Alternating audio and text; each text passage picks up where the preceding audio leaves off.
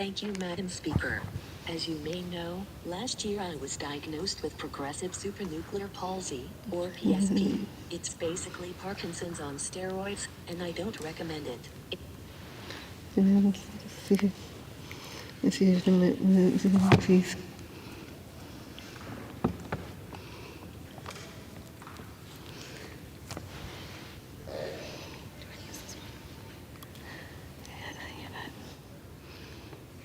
Just a minute, please.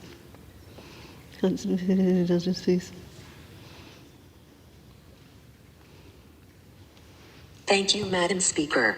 As you may know, last year I was diagnosed with progressive supranuclear palsy, or PSP. It's basically Parkinson's on steroids, and I don't recommend it. It's affected my ability to speak, so I'm using this text-to-speech app to make it easier for you and our colleagues to hear and understand me.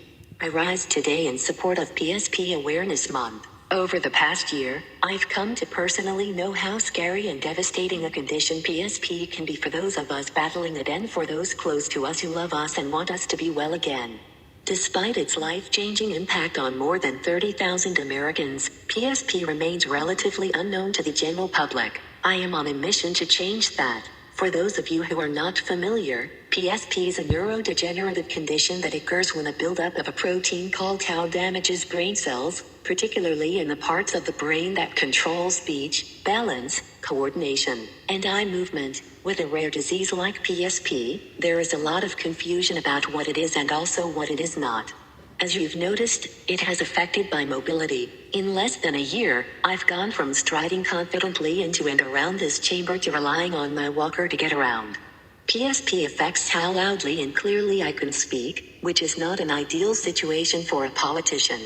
In conversation, I've asked people to just ask me to repeat myself if they can't understand me, or find a quieter space to talk so I can be heard. I'm grateful that I've received such accommodating support from my colleagues and the staff here in the House that allows me to use this text-to-speech technology to be able to participate in committee hearings and to speak on the floor. PSP has no cure and its cause is unknown. Some medications may help temporarily alleviate some symptoms, and an active lifestyle and physical therapies can help to slow its progress. Whatever your politics, when it comes to illness, progressive is not a good thing to be. While I will never train for or compete in another triathlon, by working out regularly and doing physical therapy, I've improved my posture and balance to help prevent falls, a common source of serious injury for people with PSP. And I have a rescue inhaler and certain medications I can take immediately before social engagements that can help improve my affect and my speech. While PSP has clearly taken a toll on my body, it has not affected who I am inside. My fellow women members know I'll still chime in on the group chat with a joke or barb, which do not need to be repeated on the House floor. I still keep my staff on their toes by riding down ramps around the Capitol complex on my walker, as if they were mini roller coasters. And I'm still just as dedicated to doing my job of serving my community in Congress as the very first day I got here.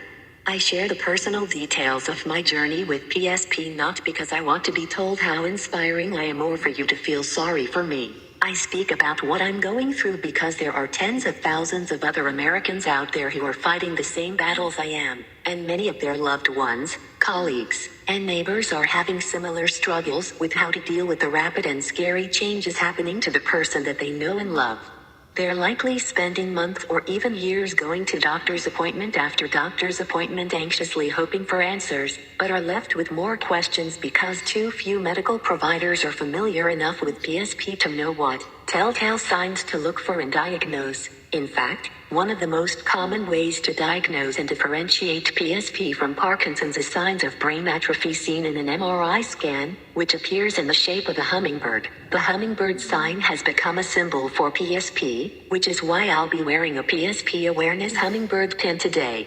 Raising awareness of PSP can mean quicker accurate diagnosis, the development of more effective treatments, and more time for those battling PSP to take on this disease with all the resources and support available.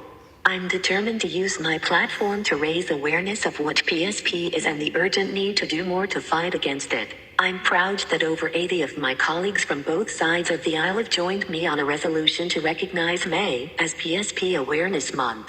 I've also championed the national plan to end Parkinson's Act that would help bring greater resources to discovering the causes, effective treatments, and a cure for Parkinson's and related Parkinsonisms like my PSP. This bipartisan legislation passed the House last year with overwhelming bipartisan support, and I hope that the Senate will take it up very soon and send it to President Biden's desk.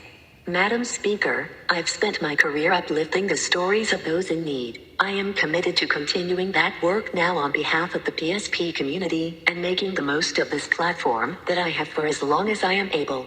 I urge my colleagues to join me this month to raise awareness of PSP and work together to fight this terrible disease. I yield back. Thank you.